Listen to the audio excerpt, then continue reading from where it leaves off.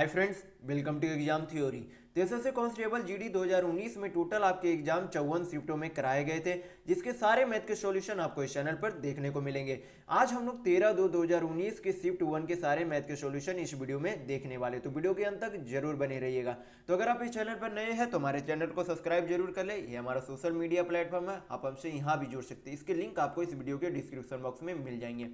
और इस वीडियो को अपने दोस्तों के साथ शेयर करना बिल्कुल भी नहीं भूलिएगा। ये जो आपके टोटल जो है एसएससी कांस्टेबल जीडी 2019 आपके इतने शिफ्टों में कराए गए थे, जिसके 11/2/2019 और 12/2/2019 के सभी शिफ्टों के मैथ के सॉल्यूशन आपको इस चैनल पर करा दिए गए।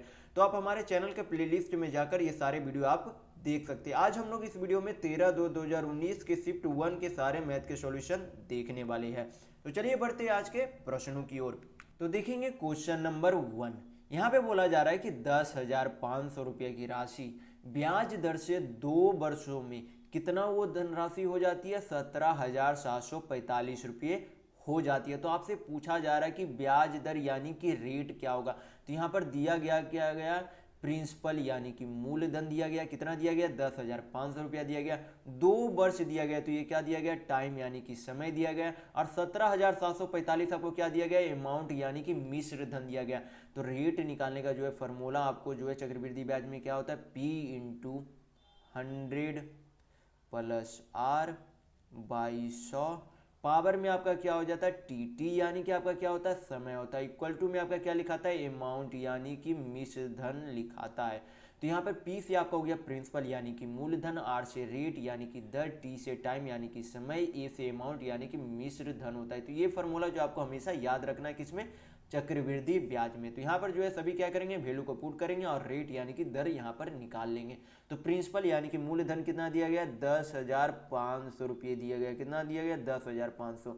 फिर आगे क्या करेंगे, 100 + R यहाँ पर रहने देंगे क्योंकि हमें रेट निकालना है, तो उसे क्या कर देंगे, आर से डिनोट कर देंगे। समय आपका कितना दिया गया, 2 वर्ष। तो पावर कितना कर देंगे, 2 दे देंगे। अमाउंट आपका यानी कि मिश्र धन कितना दिया गया, 17,745 रुपया दिया गया। तो इसे सारा हल करेंगे तो क्या निकल जाएगा, रेट यानी कि दर निकल जाएगा। तो क्या करेंगे, 100 + R बटा नीचे में 100, यहाँ पर स्क्वायर आपका हो जाएगा। और इक्वल टू में जो आपका ऊपर में क्या चला जाएगा, अमाउंट यानी कि मिश्र धन, नीचे में आपका क्या आ जाएगा, प्रिंसिपल यानी कि मूलधन आ जाएगा। जैसे क्या करेंगे, हल करेंगे तो काटेंगे तो 15 सते 75 से आपका चला जाता है, ऊपर 15 से काटेंगे तो एक बार में 15, 2 फिर आपका 15, 7 5 12, तो 15 8 120, 15 3 45। फिर यहाँ पर क्या करेंगे, 7 से यहाँ पर कटेंगे तो काटेंगे यहाँ पे 7 से, तो 7 से 100 नीचे चला गया, ऊपर में जो है 7 1 4, 7 6 42, 7 9 63, यानी कि 100 + R, 100 + R नीचे में 100 इक्वल टू, जब स्क्वायर करेंगे तो इधर क्या चलाएगा, अंडर रूट। तो 169 जो है किसका स्क्वायर है, तो 13 का स्क्वायर है। 100 जो है किसका स्क्वायर है, तो 10 का स्क्वायर है। 1 से 30 तक का स्क्वायर जो आपको हमेशा क्या रखना है, याद रखना है, जिससे जो है परीक्षाओं में जो है किसी भी प्रश्न को जो है आपको हल करने में आसानी होती है इससे। तो 0 से 0 जो है यहाँ पर चला गया, तो इसे हल करेंगे तो क्या हो जाएगा, 100 + R इक्वल टू जो है यहाँ पर 10 है, यहाँ पर 13 है, तो क्रॉस मल्टीप्लिकेशन करेंगे तो कितना हो जाएगा, 130 हो जाएगा। यानी कि 130 में से 100 चला गया तो कितना आ जाएगा, 30%। यानी कि रेट आपका कितना आ गया, 30%। तो दर कितना, 30%। तो यहाँ पर जो है 30% बिल्कुल सही आंसर होगा। तो चलिए बढ़ते हैं नेक्स्ट क्वेश्चन की ओर। तो देखेंगे क्वेश्चन नंबर 2। यहाँ पे बोला जा रहा है कि यदि देश द्वारा प्राप्त प्रति वार्षिक बर्फबारी जो है कितना है, 700 सेंटीमीटर, यानी कि एक वर्ष में जो है कुल जो है उसे कितना बर्फबारी होती है, 700 सेंटीमीटर। तो बोला जा रहा है आगे कि यस 3 तथा यस 2 की वार्षिक बर्फबारी में अंतर कितना है। तो यहाँ पर सभी भागों का जो है क्या दिया गया, सभी भाग जो है कितने प्रतिशत जो है वर्षा होते हैं। तो जितने प्रतिशत में अंतर होंगे उतने ही क्या किस में अंतर होंगे, उतने ही जो है आपके बर्फबारी के जो है सेंटीमीटर में भी जो है अंतर होंगे। तो यहाँ पर देखेंगे कि यस 2 और यस 3 में जो है प्रतिशत में अंतर कितना है। तो यस 2 जो है कितना प्रतिशत है, 15%, और यस 3 जो है कितना प्रतिशत है, 20%। यानी कि क्या करेंगे, यस 3 - यस 2 करेंगे तो परसेंट में अंतर निकल जाएगा, यानी कि 20% माइनस क्या करेंगे, 15%। तो दोनों का परसेंट में अंतर कितना हो गया, तो 5% दोनों के परसेंट में अंतर हो गया। यानी कि जो परसेंट में अंतर होगा उतना ही सेंटीमीटर बर्फबारी में अंतर होगा। तो क्या करेंगे, 700 का जो है 5% निकाल लेंगे। क्या करेंगे, 700 का 5% निकाल लेंगे तो 2 शून्य 2 शून्य आपका चला गया, 7 25 कितना आ गया 35 सेंटीमीटर। यानी कि यश 3 तथा यश 2 द्वारा बर्फबारी में अंतर कितना है 35 सेंटीमीटर का अंतर है। तो यानी कि आपका ऑप्शन नंबर 2 बिल्कुल सही होगा। तो चलिए बढ़ते हैं नेक्स्ट क्वेश्चन की ओर। तो देखेंगे क्वेश्चन नंबर 3। यहाँ पर पी क्यू तथा आर का जो है अनुपात दिया गया 7:4:9 के अनुपात में जो है राशि निवेश करता है। फिर आगे बोला जा रहा है कि यदि एक वर्ष के अंत में कुल जो है कितना 6680 रुपया का लाभ कमाते हैं तो पी तथा क्यू मिलकर जो है कुल हिस्सा जो है क्या है। तो सबसे पहले क्या करेंगे, यहाँ पर जो है पी का हिस्सा दिया गया है, क्यू का हिस्सा दिया गया है, आर का हिस्सा दिया गया। तो दोनों का तीनों का हिस्सा जो है किस में दिया गया, यूनिट में दिया गया। तो टोटल यूनिट बराबर यहाँ पे क्या दिया गया, टोटल रकम यानी कि टोटल लाभ दिया गया। तो टोटल यूनिट पहले जोड़ देंगे तो 7 4 11, 11 9 कितना हो जाता है 20 यूनिट। तो 20 यूनिट का वैल्यू जो है यहाँ पर लाभ टोटल कितना दिया गया, तो 6680 रुपया दिया गया। तो क्या करेंगे, पहले एक यूनिट का वैल्यू निकाल लेंगे। तो 0 से 0 चला गया, 2 से काटेंगे तो कितना बार में चला जाएगा, 2 तिया 6, 2 तिया 6, 2 चौक 8, यानी कि एक यूनिट का वैल्यू कितना है 334 रुपये है। कितना है 334 रुपये। तो हमें पूछा क्या जा रहा है कि पी तथा क्यू मिलाकर जो है कुल हिस्सा क्या है। तो पी का हिस्सा जो है कितना है 7 है, यानी कि पी जो है 7 यूनिट लाभ कमाता है और क्यू जो है कितना 4 यूनिट, यानी कि टोटल जो है दोनों मिलाकर कितने यूनिट लाभ कमाते हैं तो 11 यूनिट। तो एक यूनिट का वैल्यू कितना है 334 रुपया। तो हमें निकालना कितना का वैल्यू है 11 यूनिट का वैल्यू निकालना है। तो क्या करेंगे, इसमें 11 से मल्टीप्लाई कर देंगे। किससे मल्टीप्लाई करेंगे, 11 से मल्टीप्लाई करेंगे तो कितना हो जाएगा 334, यहाँ पर भी आपका 334। तो 4 4 3 7, 4 3 7 और 3, यानी कि 3774 रुपये जो है यहाँ पर कितना हो जाता है आपका, यहाँ पर आपका 3 होगा, यहाँ पर आपका क्या होगा 3 होगा, यानी कि 3 3 6 हो जाता है। तो 3674 रुपया जो है क्या है पी और क्यू मिलाकर जो है कुल हिस्से लाभ कमाते हैं। यानी कि आपका ऑप्शन नंबर 1 बिल्कुल सही होगा। तो चलिए बढ़ते हैं नेक्स्ट क्वेश्चन की ओर। तो देखेंगे क्वेश्चन नंबर 4। यहाँ पे बोला जा रहा है कि सबसे कम निर्यात वाले वर्ष तथा दूसरे उच्चतम, यहाँ पर क्या बोला जा रहा है दूसरे उच्चतम निर्यात वाले वर्ष के निर्यात का अनुपात क्या है। तो सबसे कम पहले कौन सा है, तो सबसे कम हमें किसका दिख रहा है, यहाँ पर Y1 दिख रहा है, जो कि 500 यूनिट जो है क्या करता है निर्यात करता है। कितने 500 यूनिट का निर्यात करता है। और दूसरे सबसे उच्चतम यानी कि जो सबसे उच्चतम है उससे कम उच्चतम वाले, तो सबसे उच्चतम यहाँ पर 1300, तो हमें 1300 नहीं लेना है। दूसरे उच्चतम बोला जा रहा है, तो दूसरा उच्चतम यहाँ पर कितना है 1200, जो कि Y4 का है। तो सबसे कम जो है किसका है Y1 का है।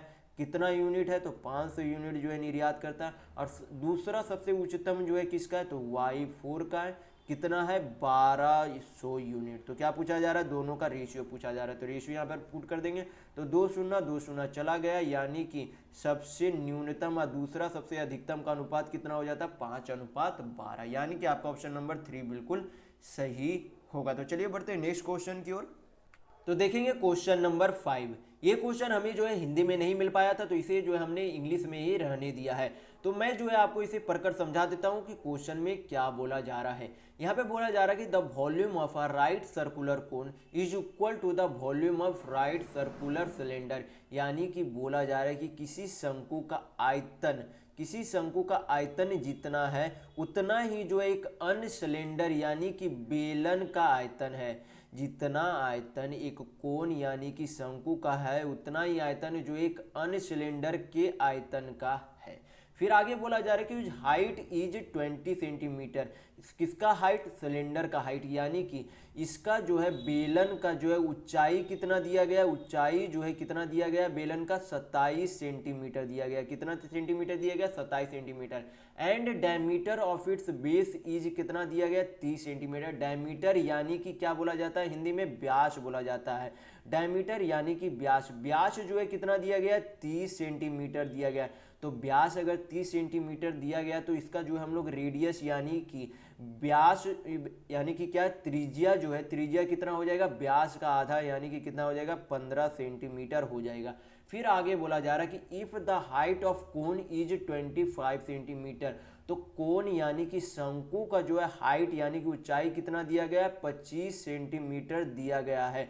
तो आपसे पूछा जा रहा है कि that will be the diameter of its base, यानी कि शंकु का जो है व्यास क्या होगा। आपसे पूछा जा रहा है कि शंकु का व्यास क्या होगा। तो सबसे पहले हम लोग क्या निकाल लेंगे, रेडियस निकाल लेंगे। रेडियस निकाल लेंगे तो हम लोग क्या बना सकते हैं, व्यास बना सकते हैं, क्योंकि रेडियस का दुगना क्या होता है, व्यास होता है। तो सबसे पहले हमें जो है व्यास यानी कि रेडियस निकालने के लिए कोण का यानी कि शंकु का रेडियस यानी कि त्रिज्या निकालने के लिए क्या करना पड़ेगा, दोनों के वॉल्यूम का फॉर्मूला जानने की जरूरत है।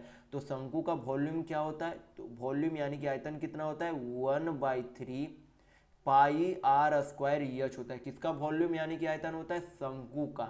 और सिलेंडर यानी कि बेलन का आयतन कितना होता है, पाई आर स्क्वायर एच होता है। तो ये दोनों वॉल्यूम का फॉर्मूला जो है आपको याद रखना है। 1/3 पाई आर स्क्वायर एच किसका होता है, कोण यानी कि शंकु का होता है। पाई आर स्क्वायर एच किसका होता है, सिलेंडर यानी कि बेलन का होता है। तो इसे जो है क्या करेंगे, सभी वैल्यू पुट करेंगे और इसे कैलकुलेशन करेंगे। तो शंकु का हमें रेडियस निकालना, तो उसे आर में ही इसे रहने देंगे। ऊंचाई यानी कि हाइट कितना दिया गया था, 25 सेंटीमीटर, तो यहाँ पे 25 सेंटीमीटर लिख देंगे। फिर इधर क्या है, बेलन का आयतन है, तो बेलन का जो है पाई रहने देंगे। आर यानी कि त्रिज्या इसकी कितनी आई थी, 15 सेंटीमीटर, तो 15 का स्क्वायर करेंगे तो कितना हो जाएगा, 225। फिर हाइट आई यानी कि ऊंचाई कितना दिया गया है, यहाँ पर 27 सेंटीमीटर यहाँ पर दिया गया था। तो इसे सारा क्या करेंगे, हल करेंगे। तो पाई से पाई जो है आपका चला गया, 25 से काटेंगे तो 25 नंबर 225 हो गया आपका। फिर आर स्क्वायर जो यहाँ पर कितना आ जाएगा, 9 या 27, यानी कि 27 इंटू 27 क्या हो जाता है, आर स्क्वायर हो जाता है। तो आर आपका कितना आ जाएगा, 27 सेंटीमीटर आ जाएगा। यानी कि शंकु की जो है त्रिज्या कितनी हो गई, 27 सेंटीमीटर। लेकिन यहाँ पर पूछा क्या जा रहा है, डायमीटर यानी कि व्यास आपसे पूछा जा रहा है। तो त्रिज्या का दुगना क्या होता है, व्यास यानी कि डायमीटर होता है। तो डायमीटर क्या करेंगे, 27 इंटू 2 बराबर आपका कितना हो जाएगा, 54 सेंटीमीटर। तो 54 सेंटीमीटर क्या हो जाएगी, शंकु का व्यास हो जाएगी। यानी कि आपका ऑप्शन नंबर 3 बिल्कुल सही होगा। तो ये आपको जो है दोनों फार्मूला याद रखना है कि शंकु का आयतन का फार्मूला क्या होता है, 1/3 पाई आर स्क्वायर एच। सिलेंडर यानी कि बेलन का आयतन कितना होता है, पाई आर स्क्वायर एच होता है। तो दोनों के वॉल्यूम यानी कि आयतन का फार्मूला आपको याद रखना है। तो चलिए बढ़ते हैं नेक्स्ट क्वेश्चन की ओर। तो देखेंगे क्वेश्चन नंबर 6। ये जो आपके सिंप्लीफिकेशन के क्वेश्चन है, बॉड मास थ्योरम जो है मैं आपको पहले वाले वीडियो में काफ़ी बार बता चुका हूँ। तो आपको बॉड मास थ्योरम जो है सिंप्लीफिकेशन बनाने के लिए आपको पता होना चाहिए।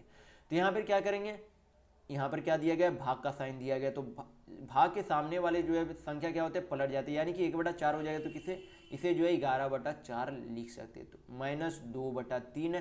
तो 2/3 को जो है यहाँ पर क्या करेंगे, ऑफ का साइन है तो इसे हल कर सकते हैं। तो ये ऑफ का मतलब क्या होता है, गुना। इसका मतलब क्या होता है, गुना हो जाता है। हिंदी में कभी कभी कभार जो है इसे का के रूप में लिखा भी जाता है।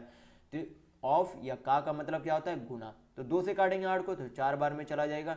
3 से 9 को काटेंगे तो कितना बार में, 3 बार में चला जाएगा। यानी कि ऊपर में जो है कितना आ जाएगा, -3/4। फिर आगे में क्या है, +11।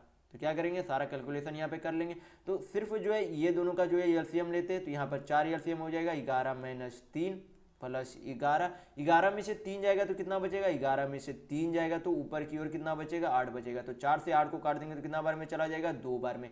यानी कि ये जो है पूरा जो है एलसीएम वाले भाग को जो है हल करने पे कितना है, 2 है, आगे +11, यानी कि 11 2 कितना हो गया, 13 हो गया। 3 सिंप्लीफिकेशन का आंसर कितना आ जाएगा, 13। तो आपका ऑप्शन नंबर 2 बिल्कुल सही है। तो चलिए बढ़ते हैं नेक्स्ट क्वेश्चन की ओर। तो देखेंगे क्वेश्चन नंबर 7। यहाँ पे बोला जा रहा है, ये भी क्वेश्चन जो आपको इंग्लिश में है। इसे जो है हिंदी में हम लोगों ने जो है इसे खोजने की कोशिश की थी, लेकिन हिंदी में ये नहीं मिल पाया था। तो मैं इसे जो है आपको पढ़कर समझा देता हूँ कि क्वेश्चन में क्या बोला जा रहा है।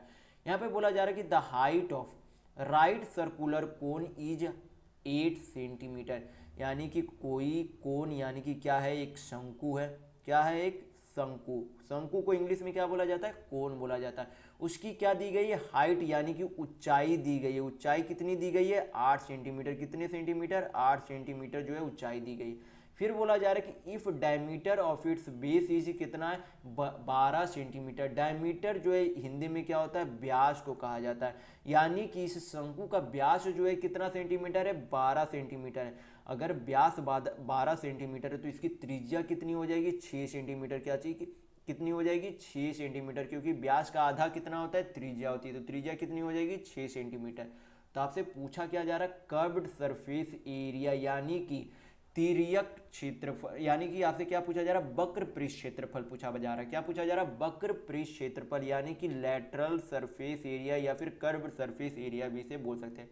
तो वक्र पृष्ठ क्षेत्रफल का कोण का फॉर्मूला क्या होता है, पाई आर यल होता है। क्या होता है, पाई आर यल होता है। आर से आपकी त्रिज्या होती है और यल जो है इसको कहा जाता है, इस जो है इसे जो है स्लांट हाइट कहा जाता है, हिंदी में तिर्यक ऊंचाई कहा जाता है। और इसे जो है यल से डिनोट किया जाता है। किससे डिनोट किया जाता है, यल से डिनोट किया जाता है। तो हमें जो है त्रिज्या दी गई है प्रश्नों में, लेकिन आपको क्या करना है, यल निकालना है। तो यल निकालने के लिए क्या करेंगे, root under root h square plus r square करेंगे। तो यहाँ पर हाइट कितनी दी गई है, 8, तो 8 का स्क्वायर करेंगे तो कितना हो जाएगा, 8 64। त्रिज्या कितनी दी गई है, रेडियस यानी कि 6 दी गई है, तो 6 का स्क्वायर करेंगे तो 6 6 36, 64 और 36 जोड़ेंगे तो कितना आ जाएगा, रूट 100। और जब रूट 100 को जो है रूट से बाहर निकालेंगे तो कितना आ जाएगा, 10 सेंटीमीटर आ जाएगा। यानी कि यल यानी कि तिर्यक ऊंचाई जो है कितनी आ गई, 10 सेंटीमीटर आ गई। तो हमें अब यल का वैल्यू भी पता और त्रिज्या भी आपको पता है, तो आपका क्या लेटरल सरफेस एरिया यानी कि वक्र पृष्ठ क्षेत्रफल अब आप निकाल लेंगे। तो पाई को क्या लिखेंगे, 22/7। त्रिज्या कितनी दी गई है, 6 सेंटीमीटर, तो 6 लिख देंगे। यल जो है यहाँ पर कितनी दी गई है, 10 सेंटीमीटर। यल जो है हमें निकालने पर कितना आया था, 10 सेंटीमीटर। तो इसे हल करेंगे तो आपका क्या निकल जाएगा, वक्र पृष्ठ क्षेत्रफल। तो 22 × 6 करेंगे तो कितना हो जाता है, 132। 132 × 10 करेंगे तो 1320। और नीचे में जो है कितना आ जाएगा, 7, यानी कि 1320/7 सेंटीमीटर स्क्वायर क्या हो जाएगा, वक्र पृष्ठ क्षेत्रफल हो जाएगा इस शंकु का यानी कि कोण का। तो आपका ऑप्शन नंबर 2 बिल्कुल सही होगा। तो चलिए बढ़ते हैं नेक्स्ट क्वेश्चन की ओर। तो देखेंगे क्वेश्चन नंबर 8। यहां पर दिया गया कि 8,250 रुपये की राशि 5 वर्षों में कितनी हो जाती है, 2,475 रुपये का साधारण ब्याज देती है। तो पूछा जा रहा है कि ब्याज दर क्या होगा, यानी कि आपसे पूछा जा रहा है कि रेट क्या होगा। तो यानी कि 8,250 रुपया क्या दिया गया, प्रिंसिपल यानी कि मूलधन दिया गया। 5 वर्ष यहाँ पे टी यानी कि समय दिया गया और 2,475 रुपया आपका क्या दिया गया, सिंपल इंटरेस्ट यानी कि साधारण ब्याज दिया गया। और आपसे रेट पूछा जा रहा है कि रेट क्या होगा। तो साधारण ब्याज में आपको मात्र एक फॉर्मूला याद रखना होता है कि P × R × T/100 equal to आपका क्या हो जाता है, ESI यानी कि सिंपल इंटरेस्ट। P से आपका हो जाता है प्रिंसिपल यानी कि मूलधन, R से रेट यानी कि दर, T से टाइम यानी कि समय, ESI से सिंपल इंटरेस्ट यानी कि साधारण ब्याज होता है। तो P से प्रिंसिपल यानी कि मूलधन जो है कितना दिया गया, 8,250 रुपये दिया गया। रेट हमें क्या करना है, निकालना है, तो उसे R से यहाँ पर रहने देंगे, डिनोट कर देंगे। T यानी कि समय आपका कितना दिया गया, 5 वर्ष दिया गया। नीचे जो है क्या करेंगे, 100 से डिवाइड कर देंगे। सिंपल इंटरेस्ट यानी कि साधारण ब्याज कितना दिया गया, 2,445 रुपया दिया गया। तो क्या करेंगे यहाँ पर, 2,445 रुपया, यहाँ पर 2,475 रुपया, सॉरी कितना दिया गया, 2,475 रुपया दिया गया। तो 2,475 रुपया क्या करेंगे, यहाँ पर लिख देंगे। तो इसे जो है अब हल करेंगे तो आपका क्या निकल जाएगा, रेट यानी कि दर निकल जाएगा। तो इसे हल करते हैं तो 0 0 आपका चला गया, 5 दूनी 10 हो गया, 25 से काट के देखते हैं तो 25 × 75, 5 2 7, 25 × 75। फिर इधर भी काटेंगे तो 25 × 225, फिर आपका बनता है 22 22 या 225 यानी कि 25 × 225। 33 से 99 काटेंगे तो 3 बार में चला जाएगा, यानी कि रेट जो आपका कितना आ गया, 3 दूनी 6%, यानी कि साधारण ब्याज यानी कि ब्याज दर जो है कितना आ गया, 6%। तो चलिए बढ़ते हैं नेक्स्ट क्वेश्चन की ओर। तो देखेंगे क्वेश्चन नंबर 9। यहाँ पे बोला जा रहा है कि पहली वस्तु का जो है विक्रय मूल्य यानी कि SP सेलिंग प्राइस जो है कितना, 960 रुपया है। फिर दूसरा वस्तु का यहाँ पर क्या बोला गया है, क्रय मूल्य बोला गया। दूसरा वस्तु का क्या बोला गया, क्रय मूल्य कितना है, 960 रुपये। फिर बोला जा रहा है कि यदि पहली वस्तु पर 20% का लाभ होता है तो दूसरी वस्तु पर क्या होता है, 20% का उसे बेचने पर हानि होता है। तो पूछा जा रहा है कि कुल हानि जो है क्या होगी, और किस में पूछी जा रही है, यहाँ पर रुपये में यहाँ पर जो आपकी हानि पूछी जा रही है।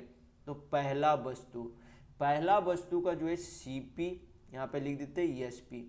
फिर यहाँ पर क्या लिख देते हैं, दूसरी वस्तु की CP यानी कि क्रय मूल्य और SP यानी कि विक्रय मूल्य। तो पहला वस्तु जो है क्या किया गया था, 20% के लाभ पर बेचा गया था। तो 20% को जब फ्रैक्शन में चेंज करेंगे तो इसे क्या लिख सकते हैं, 1/5 लिख सकते हैं।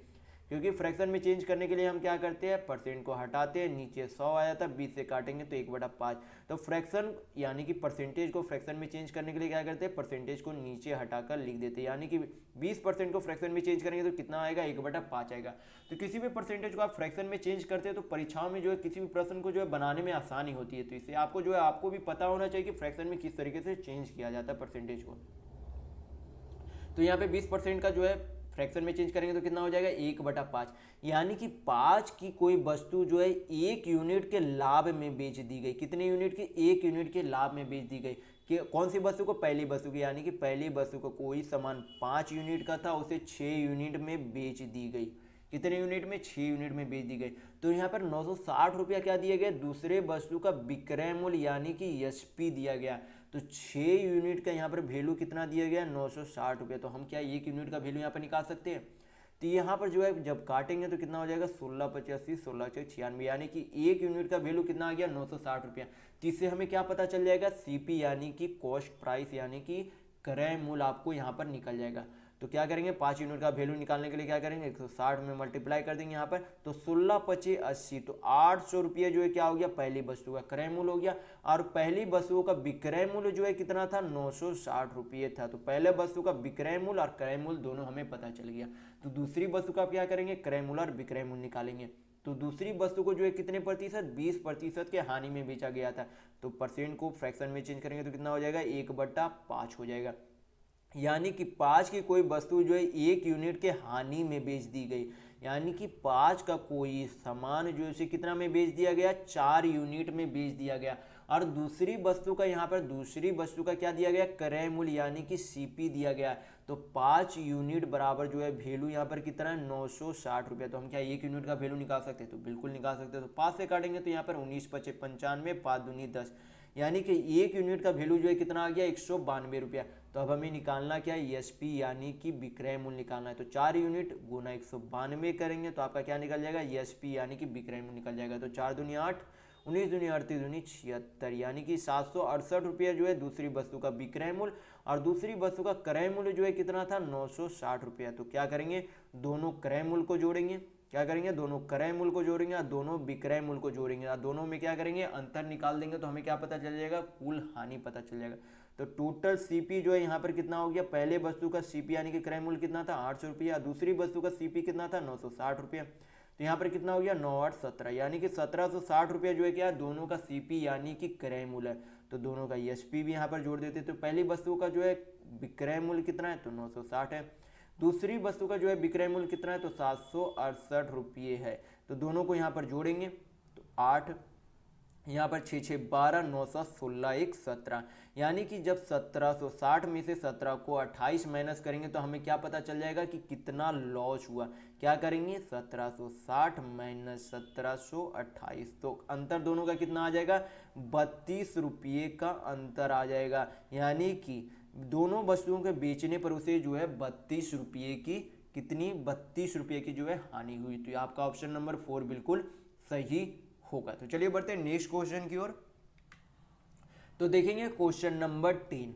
यहाँ पे बोला जा रहा है कि वर्ष Y1 से Y7 तक का जो है औसत निर्यात क्या है। तो सभी को क्या करेंगे, Y1 Y2 Y7 तक जो है सारा जितना निर्यात दिया गया है उसे जोड़ेंगे, अब बटा जो है 7 से डिवाइड कर देंगे, क्योंकि यहाँ पर टोटल नंबर कितना है, तो 7 नंबर है। तो सभी को यहाँ पर जो है जोड़ेंगे Y1 से लेके Y7 तक। तो पहला Y1 जो है कितना है, 500 है। Y2 जो आपका कितना है, तो 750 है। Y3 आपका कितना है, तो 1000 है। Y4 आपका कितना है, 1200 है। Y5 आपका 1100 हो जाता है। Y6 आपका कितना है, 900, और Y7 आपका कितना है, 1300 है। तो सभी को यहाँ पर जोड़ेंगे तो इकाई अंक 0, फिर आपका 5 होता है, 7 5 12, 2 14, 1 15, 9 24, 3 आपका कितना हो जाता है, 27। तो हाथ में 2, 3 1 4 2 6। तो टोटल जो है निर्यात जो है Y1 से लेके Y7 तक का जो है कितना हो गया, 6750। और टोटल नंबर जो है यहाँ पर कितना है, तो 7 है। तो 7 से डिवाइड करेंगे तो आपका क्या निकल जाएगा, 7 का जो है औसत निर्यात निकल जाएगा। तो यहाँ पर डिवाइड करेंगे 6750 को 7 से, तो 7 नंबर 63, 4 तो 7 6 42, तो हाथ में कितना बचा आपका 3, 7 चौक 28, हाथ में 2 बचा तो 7 दूनी 14, फिर 6 बचा तो 7 8 56, यानी कि औसत जो है कितना आ जाएगा 964.28 जो है क्या आ जाता है Y1 से लेके Y7 तक का औसत निकल आता है, यानी कि आपका ऑप्शन नंबर 4 बिल्कुल सही होगा। तो चलिए बढ़ते हैं नेक्स्ट क्वेश्चन की ओर। तो देखेंगे क्वेश्चन नंबर 11। यहाँ पे बोला जा रहा है कि दो संख्याओं का लघुत्तम समवर्तक तथा महत्तम समवर्तक, तो लघुत्तम यानी कि एलसीएम जो है कितना है 30 है, और दोनों संख्याओं का महत्तम समवर्तक यानी कि एचसीएफ जो है कितना है 5 है। दोनों संख्याओं का योग जो है कितना दिया गया है 25 दिया गया। तो पूछा जा रहा है दोनों संख्याओं का अंतर क्या होगा। तो आपको निकालना क्या है कि दोनों संख्याओं का अंतर क्या होगा। तो यहाँ पे करना क्या है, दो संख्या यानी कि एक संख्या जो है क्या मान लेंगे एच एक्स, और दूसरी संख्या जो है क्या होगी एच वाई होगी। एच जो है यानी एच यहाँ पर मैंने क्यों माना, एच जो है दोनों क्या होती है एचसीएफ होती है। किसी भी संख्या में उसका जो है गुणज क्या होता है एचसीएफ होता ही है, और जो बची हुई संख्या रहती है वो आपस में जो दोनों संख्या की जो है बची हुई संख्या रहती है एचसीएफ के अलावा वो जो है आपस में क्या होती है एक दूसरे के को प्राइम होती है। यानी कि दोनों संख्याओं का योग जो है यहाँ पर कितना दिया गया 25 दिया गया, कितना दिया गया 25 दिया गया। तो यच को यहाँ पर क्या करेंगे कॉमन ले लेंगे, एक्स प्लस वाई अंदर आ जाएगा इक्वल टू जो आपका कितना हो गया 25 हो गया। तो एचसीएफ जो है कितना दिया गया यानी कि महत्तम समवर्तक कितना दिया गया तो 5 दिया गया। तो यहाँ पर 5 पुट करेंगे, 5 से 25 को काटेंगे तो कितना बार में चला जाएगा 5 बार में, यानी कि एक्स प्लस वाई यानी कि दोनों संख्या का को प्राइम फैक्टर जो है कितना आ गया, दोनों संख्या का को प्राइम फैक्टर का योग जो है कितना आ गया 5 आ गया। फिर जो है हमें आगे करेंगे, आगे इसे हल करेंगे तो यहाँ पे क्या दिया गया लघुत्तम समवर्तक दिया। तो लघुत्तम समवर्तक में होता क्या एचसीएफ इंटू दोनों संख्याओं के बचे को प्राइम का गुणज होता है इक्वल टू आपका क्या हो जाता है एलसीएम होता है। तो एचसीएफ यहाँ पर कितना दिया गया 5 सेंटीमीटर दिया गया। एक्स वाई जो है दोनों संख्या का को प्राइम फैक्टर जो है हमें निकालना है। एलसीएम जो है यहाँ पर कितना दिया गया यानी कि लघुत्तम समवर्तक कितना दिया गया 30 दिया गया। तो 5 से जब 30 को काटेंगे तो कितना बार में चला जाएगा 6 बार में। तो एक्स इंटू वाई जो है कितना आ गया 6 आ गया। तो यहाँ पर एक्स प्लस वाई कितना है 5 है, x इंटू वाई बराबर 6 है। तो आपको जो है तुरंत इसमें दिमाग लगना चाहिए कि x और y का मान जो है यहाँ पर क्या हो सकता है। तो x जब हम यहाँ पर 3 मान लेते हैं और y जो है क्या मान लेते हैं 2 मान लेते हैं, तो हमें इसे बराबर इसमें जो है वापस इसे हल करके देखेंगे तो 3 2 जो है कितना होता है 5 होता है, 3 दूनी जो है कितना होता है 6 होता है। तो बिल्कुल यहाँ पर जो है x इक्वल टू 3 होगा और y इक्वल टू जो है क्या होगा 2 होगा। तो आपसे पूछा क्या जा रहा है प्रश्न में कि दोनों संख्याओं का अंतर क्या होगा। तो हमने एक संख्या क्या माना था एच एक्स, दूसरी संख्या क्या थी एच वाई। तो पहली संख्या क्या थी एच एक्स और दूसरी संख्या से क्या बोला जा रहा है अंतर पूछा जा रहा है, यानी कि h x minus x y, क्योंकि क्या पूछा जा रहा है दोनों संख्याओं का अंतर पूछा जा रहा है। तो दोनों में हम क्या कर सकते हैं एच कॉमन ले सकते हैं, अंदर क्या बचेगा एक्स माइनस वाई बचेगा। तो एच सी एफ यानी एच से आपका क्या हो गया एच सी एफ यानी कि महत्तम समवर्तक कितना दिया गया था 5, एक्स जो आपका कितना है 3 है, y जो है कितना आया था 2 आया था, यानी कि ब्रैकेट के अंदर जो है 3 में से 2 गया तो 1 5 इंटू 1 करेंगे तो कितना आ जाएगा आंसर 5 आ जाएगा, यानी कि दोनों संख्याओं का अंतर कितना आता है 5 आता है। तो आपका ऑप्शन नंबर 4 बिल्कुल सही होगा। तो चलिए बढ़ते हैं नेक्स्ट क्वेश्चन की ओर। तो देखेंगे क्वेश्चन नंबर 12। यहाँ पे बोला जा रहा है कि 40 मैकेनिक एक बाइक को कितने दिनों में 56 दिनों में जो है कर सकते हैं, उसी काम को जो है 32 मैकेनिक उसी काम को जो है कितने दिनों में जो है करेंगे, आपसे ये पूछा जा रहा है। तो आपको पता होना चाहिए कि टोटल वर्क इक्वल टू क्या होता है मैन इंटू डेज होता है, क्या होता है मैन इंटू डेज होता है। फिर आगे अगर आपके प्रश्न में आवर यानी कि घंटा भी दिया हुआ रहे तो उसमें आवर भी जो है गुना हो जाता है। तो टोटल वर्क इक्वल टू क्या होता है man into days into hour. इसे जो याद रखने के लिए एमडीएस फार्मूला के नाम पर इसे जो है याद रखा जाता है। तो आपको जो है जब आपका मैन या मैन और डेज सिर्फ दे रहे हैं तो यही आपका टोटल वर्क हो जाएगा। अगर आपका तीनों दिया रहा है मैन यानी कि आदमियों की संख्या, डेज यानी कि दिनों की संख्या, आवर यानी कि आपके घंटों की संख्या, तीनों दिए हुए रहे तो वो आपका टोटल वर्क होगा, या फिर 2 दिए हुए रहे तो वही जो है दोनों गुना करने पर आपका टोटल वर्क होगा। तो 40 मैकेनिक जो है किसी काम को कितने दिनों में करता है 56 दिनों में करता है। तो उसी काम को 32 मैकेनिक जो है कितने दिनों में करेगा, तो समय को क्या मान लेंगे यहाँ पर डेज मान लेंगे, क्या मान लेंगे डी से इसे डिनोट कर देंगे। तो आपसे पूछा जा रहा है कितने दिनों में पूरा कर, तो ये भी इधर भी आपका टोटल वर्क हो गया, इधर भी आपका टोटल वर्क हो गया, दोनों बराबर है क्योंकि दोनों एक ही काम को कर रहे हैं। इसे हल करेंगे तो आपका क्या निकल जाएगा दिनों की संख्या निकल जाएगी कि 32 मैकेनिक उस काम को कितने दिनों में करते हैं। इसे हल करते तो 8 पचे 40, 8 चौक 32, 4 से काटेंगे तो यहाँ पर कितना हो जाएगा 14 चौक 56, यानी कि डेज की संख्या जो है कितनी आ गई 14 25 70, यानी कि 70 डेज, यानी कि 32 मैकेनिक द्वारा जो इस काम को करने में कितने दिन लगेंगे 70 दिन लगेंगे। तो चलिए बढ़ते हैं नेक्स्ट क्वेश्चन की ओर। तो देखेंगे क्वेश्चन नंबर 13। यहाँ पे बोला जा रहा है कि यदि यक्स जो है वाई से 80% क्या है अधिक है, तो पूछा जा रहा है वाई यक्स से कितना प्रतिशत जो है कम है। तो यहाँ पे बोला क्या गया यक्स जो है वाई से कितना प्रतिशत अधिक है 80%, यानी कि वाई जो अगर 100 है तो यक्स जो है कितना है 180 है। कितना 180 है, दोनों को रेशियो में बदलेंगे तो 0 0 चला जाएगा, ये 9 बार में चला जाएगा और ये जो है कितना बार में 5 बार में चला जाएगा, यानी कि यक्स और वाई का रेशियो कितना आ गया 9:5 आ गया। तो पूछा आपसे क्या जा रहा है कि वाई जो है यक्स से, वाई जो है यक्स से कितना प्रतिशत कम है, तो यक्स से कम कितना है 4 कम है। इसमें किससे परसेंटेज निकालने के लिए बोला जा रहा है यक्स से, यक्स से कितना कम है, तो नीचे क्या लिखेंगे यक्स लिखेंगे। परसेंटेज में चेंज करने के लिए किससे मल्टीप्लाई करेंगे 100 से मल्टीप्लाई करेंगे, तो ऊपर जो है कितना आ जाएगा 400/9, तो 9 से 400 को जो है 9 से डिवाइड करेंगे तो आपका कितना आ जाएगा 44.44 आपका आ जाएगा परसेंट में आंसर, यानी कि आपका ऑप्शन नंबर 2 बिल्कुल सही होगा। तो चलिए बढ़ते हैं नेक्स्ट क्वेश्चन की ओर। तो देखेंगे क्वेश्चन नंबर 14। यहाँ पे बोला जा रहा है क्वेश्चन में कि एक मोटरसाइकिल 25 किलोमीटर प्रति घंटा की गति से चल रही है तथा गति प्रत्येक घंटा के अंत में जो है 7 किलोमीटर प्रति घंटा की गति से जो है बढ़ जाती है। यानी कि मान लीजिए कि पहले घंटे में अगर 25 किलोमीटर चला तो अगले घंटे में 25 + 7 यानी कि 32 किलोमीटर प्रति घंटा चलेगी। उसी तरीके से हर एक घंटे में क्या होता जाता है स्पीड जो है 7 किलोमीटर बढ़ता जाता है। फिर आगे बोला जा रहा है कि 225 किलोमीटर की दूरी को जो है तय करने में उसे कितना समय लगेगा। तो सबसे पहले जो है पहले घंटे में जो है कितने की स्पीड से चला था, तो 25 किलोमीटर प्रति घंटा की स्पीड से। फिर अगला घंटा जो है कितना हो गया +7 उसकी स्पीड हो गई, यानी कि 25 और 7 कितना हो गया 32 किलोमीटर प्रति घंटा की गति से चलने लगा अगला घंटा में। फिर +7 करेंगे तो 32 और 7 कितना हो जाएगा 39, यानी कि अगले घंटे में जो है 39 किलोमीटर प्रति घंटा की गति से चलने लगा। फिर अगला घंटा में जो है क्या हो जाएगा +7 हो जाएगा तो 39 और 7 कितना हो जाएगा 46 हो जाएगा। फिर अगले घंटे में जो है क्या हो जाएगा +7 किलोमीटर प्रति घंटा बढ़ जाएगी, यानी कि 46 + 7 करेंगे तो कितना हो जाएगा 53 हो जाएगा। तो देखेंगे यहाँ पर जो है 5 घंटा में जो है कितनी दूरी तय की गई है, किसके द्वारा एक मोटरसाइकिल के द्वारा। यहाँ पर जो है टोटल यहाँ पर जोड़ेंगे तो 5 2 7 9 16 16 6 22 और 3 आपका कितना हो जाता है 25, तो हाथ में 2 5 4 9 3 12 3 15 2 17 2 19, यानी कि 195 किलोमीटर जो है कि मोटरसाइकिल द्वारा जो है कितने घंटे में तय की गई है 5 घंटे, क्योंकि पहला घंटा 25 किलोमीटर दूसरा घंटा 32 किलोमीटर, इसी तरीके से जो है 5 घंटे में कितना 195 किलोमीटर तय की गई है। लेकिन हमें तय करना कितना है 225 किलोमीटर। तो क्या करेंगे 225 में से 195 को घटाएंगे तो बचा हुआ दूरी जो हमें क्या हो जाएगा पता चल जाएगा।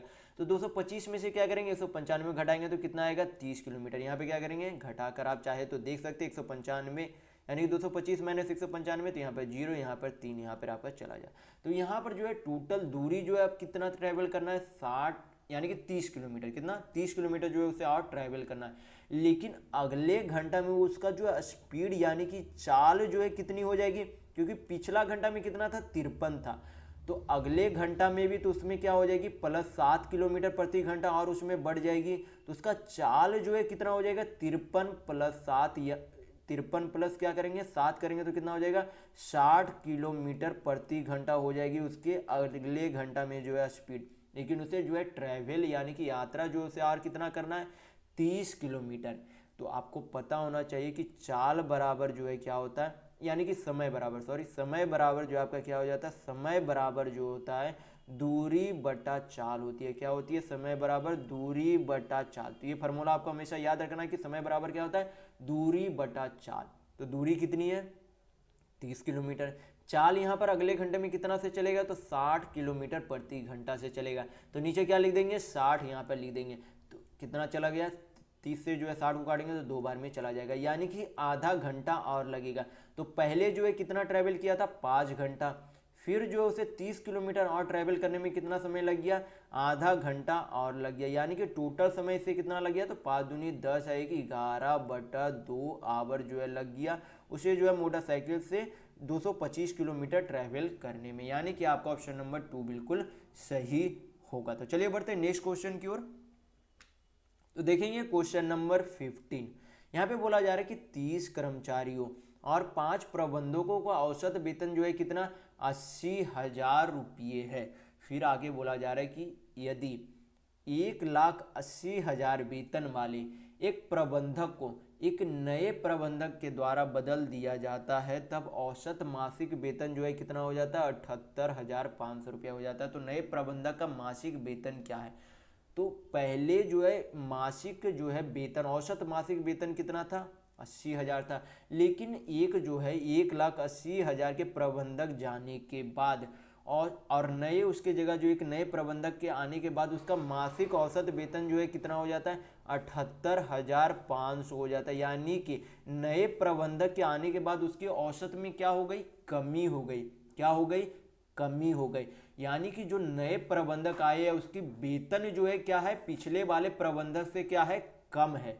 तो सबसे पहले जो है जाने वाले प्रबंधकों का जो है वेतन कितना है, तो 1,80,000 कितना है, 1,80,000 है, यानी कि 1 8 पर 4 शून्य, तो कितना चला गया, 1,80,000 के वेतन वाले प्रबंधक जो है क्या किए, छोड़कर चले गए।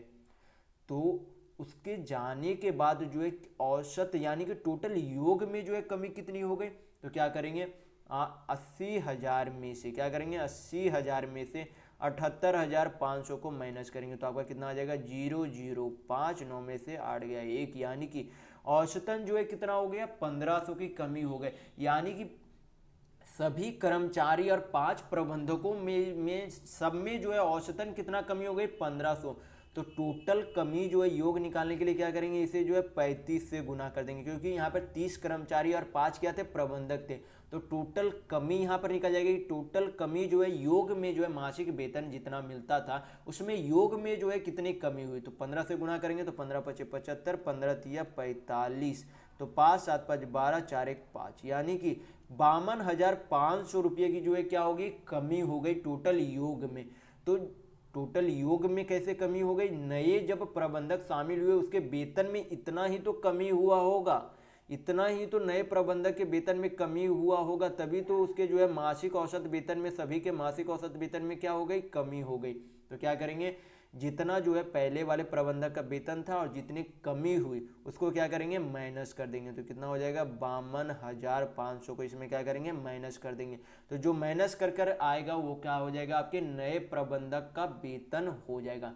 तो 0 में से 0 चला गया, 10 में से 5 हो गया, यहाँ पर 9 में से 2 गया तो 7, और यहाँ पर से 17, यानी कि 12 × 5 = 17। तो नए प्रबंधक का वेतन कितना है, 12,000, यानी कि 1,27,500 है। तो आपका ऑप्शन नंबर 1 बिल्कुल सही होगा। तो चलिए बढ़ते हैं नेक्स्ट क्वेश्चन की ओर। तो देखेंगे क्वेश्चन नंबर 16।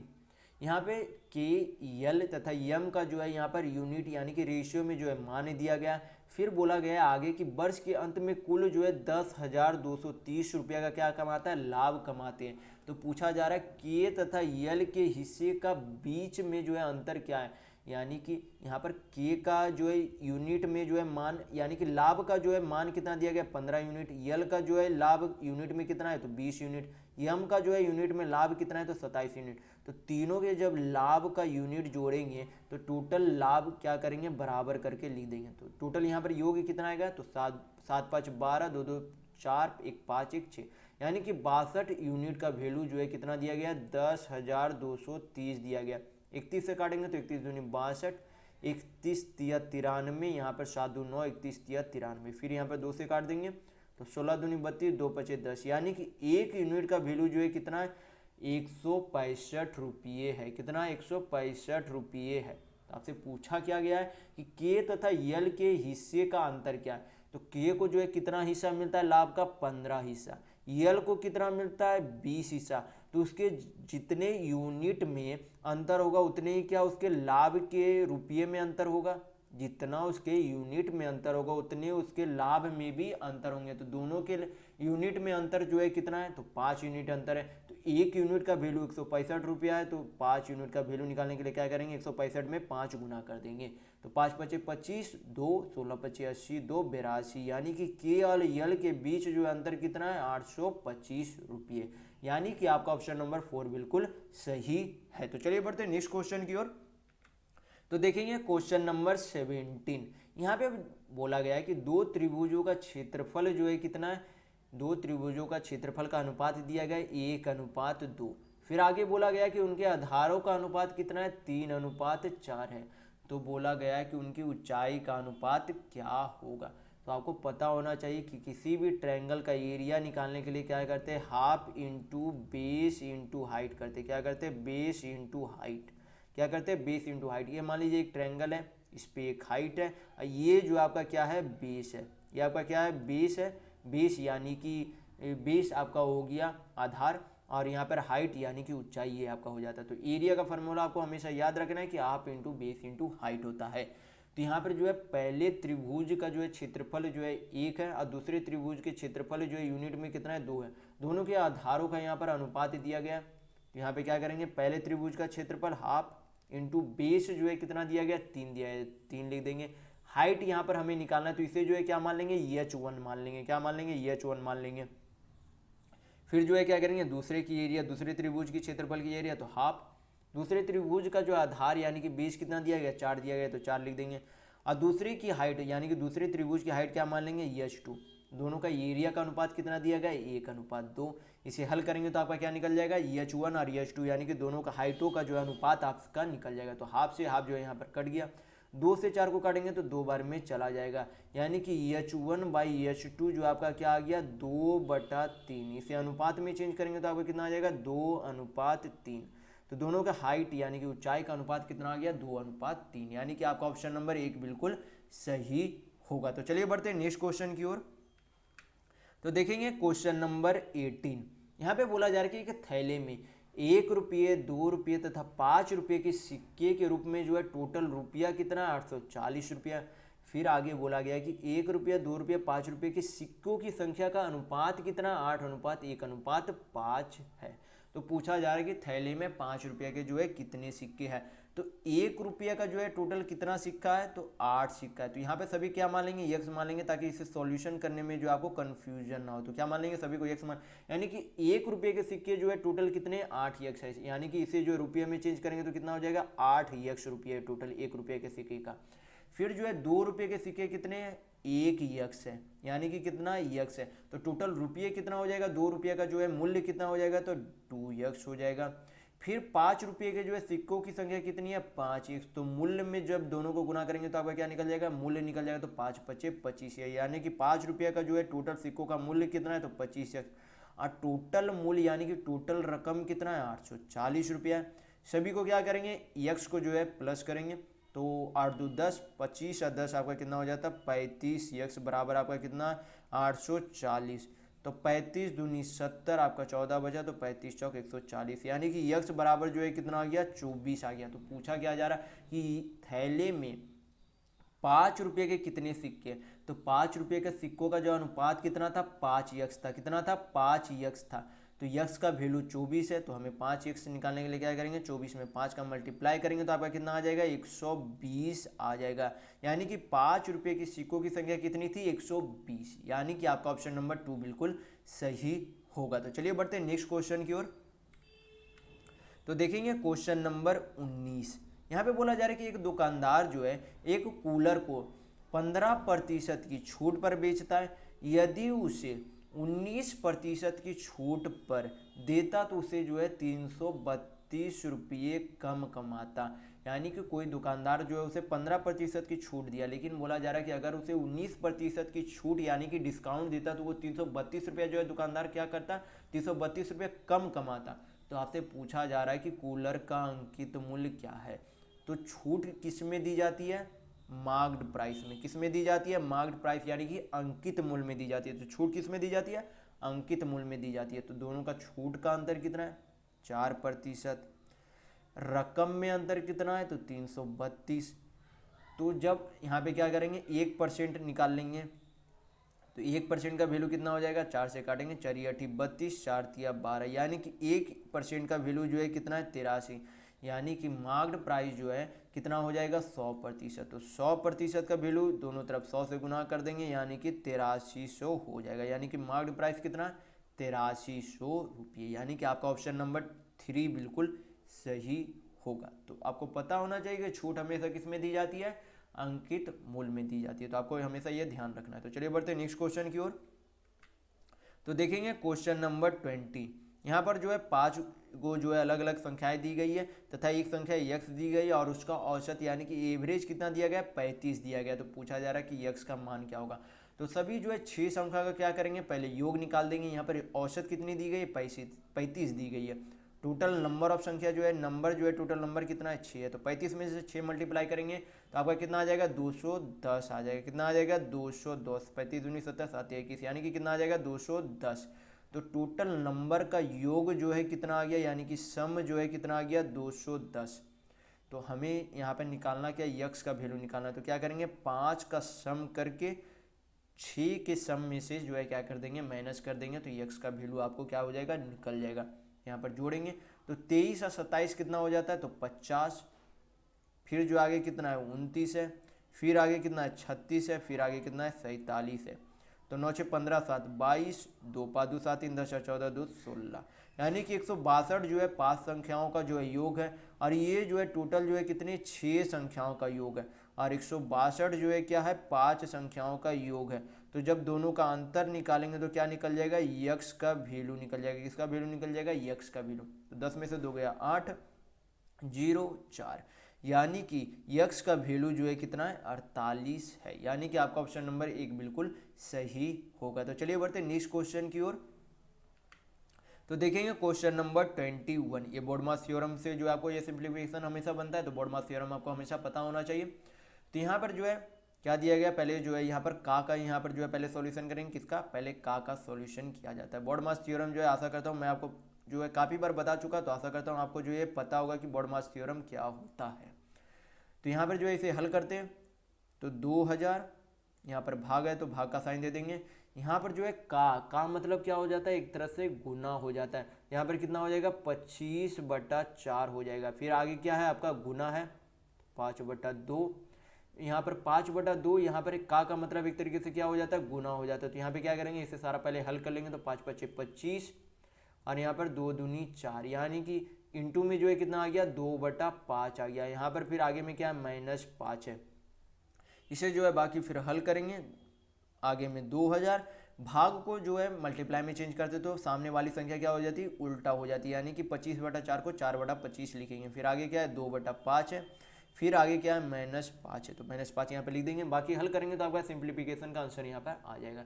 तो 25 से काटेंगे तो 25 8 200, 1 0, यहाँ फिर 5 से काटेंगे तो 16 25 80, तो 16 चौक 64, 64 दूनी जो आपका कितना हो जाता है 128 हो जाता है। कितना 128 -5, तो 128 में से 5 गया तो कितना आ गया 123 आ गया, यानी कि सिंप्लीफिकेशन का आंसर कितना आएगा 123, यानी कि आपका ऑप्शन नंबर 1 बिल्कुल सही होगा। तो इस तरह के सिंप्लीफिकेशन को जो आपको हमेशा ध्यानपूर्वक बनाना होता है। परीक्षाओं में जो है काफ़ी लोग जो है इसे गलत कर चले आते हैं, तो आपको जो है ये गलती नहीं करनी है। तो आप इसे जो है ध्यानपूर्वक परीक्षाओं में बनाए करेंगे। तो चलिए बढ़ते हैं नेक्स्ट क्वेश्चन की ओर। तो देखेंगे क्वेश्चन नंबर 22।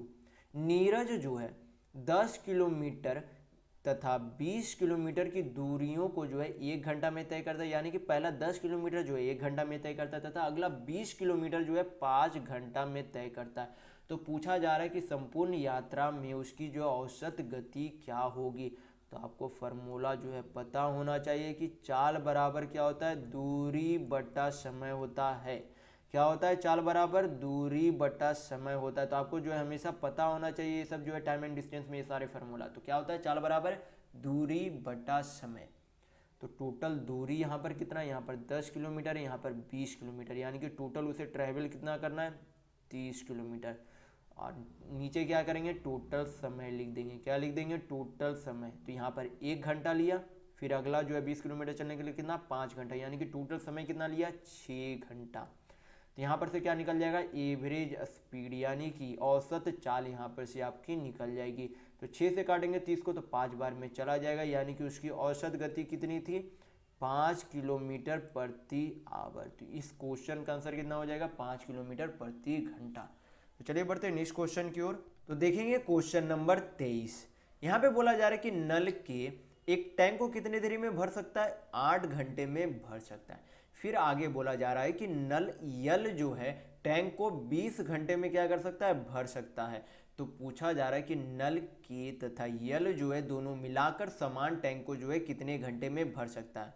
तो आपको पता होना चाहिए कि टोटल वर्क इक्वल टू क्या होता है इफिशियंसी इनटू टाइम होता है। टोटल वर्क यानी कि कुल कार्य इफिशियंसी यानी कि किसी की कार्य क्षमता, टी यानी कि समय आपका होता है। तो क्या करेंगे सभी का इफिशियंसी निकालेंगे कि कितने इफिशियंसी यानी कि कार्य क्षमता से जो है उस टैंक को जो है भरा जाता है के और यल के द्वारा। तो सबसे पहले के जो है कितने घंटे में भर सकता है 8 घंटे में। यल जो है कितने घंटे में बढ़ सकता है 20 घंटे में बढ़ सकता है। दोनों का क्या करेंगे एलसीएम निकालेंगे। तो 8 और 20 का एलसीएम कितना हो जाएगा 40 हो जाएगा। तो 40 को जब 8 से भाग देंगे तो कितना आ जाएगा 5 आ जाएगा। तो 5 के यूनिट के हिसाब से जो है क्या भर सकता है के जो है 5 यूनिट के हिसाब से जो है उस टंकी को भर सकता है। और यल जो है जब 40 को जो है 20 से भाग देंगे तो कितना आ जाएगा 2, यानी कि यल जो है 2 यूनिट के हिसाब से जो है उस टैंक को जो है भर सकता है। तो दोनों मिलकर जो है कितने यूनिट जो है भरेंगे डेली, तो 5 और 2 7। हमें भरना कितना है तो 40 काम हमें जो है करना है, यानी कि 40 यूनिट जो है भरना है उस टैंक को भरने के लिए। तो यहाँ पर क्या हो जाएगा 40 बटा दोनों मिलकर जो है कितना इफिशियंसी से काम करेंगे 5 के हिसाब से जो है के करेगा और 2 के हिसाब से जो है यल करेगा, यानी कि दोनों मिलकर जो है 7 इफिशियंसी यानी कि 7 के कार्य क्षमता से काम करेंगे। क्योंकि आपको जो यहाँ पर फॉर्मूला बताया गया कि total work equal to efficiency into time होता है। तो इफिशियंसी क्या यहाँ पर लिखा जा सकता है, इफिशियंसी जो है टोटल वर्क के नीचे लिखा जा सकता है। तो आपका क्या निकल जाएगा टाइम। तो ऊपर क्या है टोटल वर्क यानी कि कुल कार्य, नीचे यानी कि टोटल इफिशियंसी यानी कि कुल कार्य क्षमता है। तो 40/7 दिन में जो है आपका क्या आ जाएगा टैंक को जो है भरा जा सकता है की और यल के द्वारा, यानी कि आपका ऑप्शन नंबर 4 बिल्कुल सही होगा। तो चलिए बढ़ते हैं नेक्स्ट क्वेश्चन की ओर। देखेंगे क्वेश्चन नंबर 24। यहाँ पे पूछा जा रहा है आपसे कि दिए गए आंकड़ों का बहुलक क्या है। बहुलक मतलब आपको होता है यहाँ पर जो आपकी जितनी नंबर दी गई है उसमें से कौन सा नंबर जो है सबसे अधिक बार रिपीट यानी कि दोहराई गई है। तो आपको ढूंढना है कि कौन सा अंक जो है सबसे अधिक बार दोहराया गया है। तो सबसे कम अंक, सबसे कम नंबर यहाँ पर सबसे छोटा अंक जो है यहाँ पर 21 दिख रहा है। तो 21 को जो है पहले चेक करेंगे कि कितनी बार दोहराई गई है।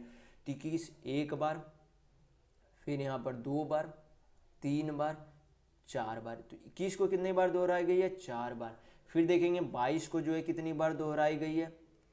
फिर यहाँ पे 22 जो है 1 बार, यहाँ पर 2 बार और आपका सिर्फ जो है 2 बार, यानी कि 22 जो है नहीं हो सकता। क्योंकि अभी मैंने आपको बताया कि जो है सबसे अधिक बार रिपीट होगी वही जो है क्या होगी बहुलक होगी, यानी कि 22 जो है कभी भी इस सारी संख्याओं का बहुलक नहीं हो सकती। फिर 23 चेक करेंगे तो 23 एक बार, 2 बार, 3 बार, 4 बार, 5 बार, 6 बार, यानी कि 23 जो है कितने बार है 6 बार है।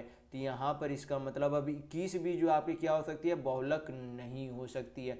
फिर आगे एक संख्या और दी गई है आपको, यहाँ पर 24 भी चेक कर लेते हैं कि 24 जो है कितनी बार रिपीट की गई है 1 बार, 2 बार। तो 24 जो है मात्र 2 बार रिपीट गई है, यानी कि 24 भी आपका बहुलक नहीं हो सकता। तो बहुलक आपका कौन होगा 23, क्योंकि इसे जो है सबसे अधिक बार रिपीट की गई। कितनी बार रिपीट की गई है 6 बार, यानी कि आपका ऑप्शन नंबर 2 बिल्कुल सही होगा। तो आपको हमेशा ध्यान रखना है कि बहुलक उसे कहते हैं जितनी भी आपकी नंबर दी गई उसमें से कौन सा नंबर जो है सबसे अधिक बार दोहराया यानी कि रिपीट किया गया है। तो चलिए बढ़ते हैं नेक्स्ट क्वेश्चन की ओर। तो देखेंगे क्वेश्चन नंबर 25। यहाँ पे बोला जा रहा है कि 100 वस्तुओं में से 25 वस्तुओं को जो है 25% के लाभ पर बेचा गया। फिर जो है आगे बोला जा रहा है तथा शेष वस्तुओं को जो है 25% के हानि पर बेचा गया। तो पूछा जा रहा है कि कुल हानि प्रतिशत क्या होगी। तो 25% को क्या करेंगे फ्रैक्शन में चेंज करेंगे तो कितना हो जाएगा 1/5। मैं आपको जो है इसी वीडियो में पहले बता चुका हूँ कि परसेंटेज को फ्रैक्शन में कैसे चेंज किया जाता है। 25% है, परसेंट को हटाएंगे तो फ्रैक्शन नीचे जो है क्या चला आएगा 100 चला आएगा। 25 से 100 को काटेंगे तो 4 चला जाएगा, यानी कि 1/4 हो जाएगा 25% का फ्रैक्शन। तो यहाँ पे मान लेंगे किसी वस्तु के दाम जो है कितनी है 4 रुपया है और उसे जो है 1 रुपये के लाभ पर बेचा जा रहा है, यानी कि 100 वस्तु है, टोटल जो है 100 वस्तु है। उसका जो है प्रत्येक वस्तु का मूल्य जो है कितना 4 रुपये है। उसमें से 25 वस्तुएं यानी कि 100 वस्तुओं में से कितने 25 वस्तुएं उसे जो है क्या 25% के लाभ पर बेचा जा रहा है, यानी कि 4 का सामान जो है 1 यूनिट के लाभ में बेचा जा रहा है। कितने यूनिट के लाभ में? 1 यूनिट के लाभ में, यानी कि 4 का सामान जो है 5 में बेचा जा रहा है, यानी कि 25 वस्तुओं को जो है कितने में बेचा जा रहा है 5 रुपये में बेचा जा रहा है। फिर क्या बोला जा रहा है, शेष वस्तु जो है 25% हानि में बेची जा रही है। तो 25 वस्तु जो है कितने 5 रुपये में बेच चुका है, तो टोटल वस्तु जो है कितना है 100 वस्तु है, बेच कितना चुका है अभी तक है 25 वस्तु, तो बचा हुआ कितना है 100 माइनस 25 करेंगे तो कितना आ जाएगा 75। उसे जो है क्या करता है 25% के हानि में बेची गई है, यानी कि इसका फ्रैक्शन वैल्यू जो है कितना हो जाएगा 4 हो जाएगा। तो 4 का सामान जो है कितने में बेच दिया गया 3 में, यानी कि 1 यूनिट के जो है हानि यानी कि 1 यूनिट के लॉस में उसे बेच दी गई, यानी कि 4 वस्तु जो है पहले भी हमने क्या माना था 4 रुपये जो है किसी भी वस्तु की दाम आनी थी, यानी कि 4 रुपये वस्तु की दाम को जो है कितने रुपये में बेच दी गई, बाद में 75 वस्तुओं को 3 रुपये में बेच दी गई। तो हम यहाँ पर क्या निकाल लेंगे टोटल सीपी निकाल लेंगे पहले। तो 100 जो है टोटल जो है 4 रुपये जो है प्रति की दर से जो है खरीदी गई थी, यानी कि 100 रुपये 100 वस्तु को जो है 4 रुपये में खरीदी गई थी, यानी कि टोटल जो है सीपी कितना था 400 रुपये। उससे जो है उसमें से 25 वस्तुओं को जो है 5 रुपये में बेच दी गई, यानी कि 125 रुपये में बेच दी गई, 25 25 125। और जो है बचा हुआ 75 वस्तु था उसको जो है 25% हानि यानी कि 3 रुपये में बेच दी गई, यानी कि 75 तिया जो है आपका कितना हो जाएगा 225 रुपये हो जाएगी। तो दोनों को जब जोड़ेंगे तो कुल विक्रय मूल्य यानी कि दोनों का जब जोड़ेंगे तो टोटल ईएसपी आपको प्राप्त हो जाएगा। तो 125 प्लस 225 करेंगे तो कितना आ जाएगा, यहाँ पर 213 हो जाता है, यानी कि 350। तो यहाँ पर खरीदा कितना गया 400 रुपये में, लेकिन उसे बेच कितना में दिया गया 350 रुपये में।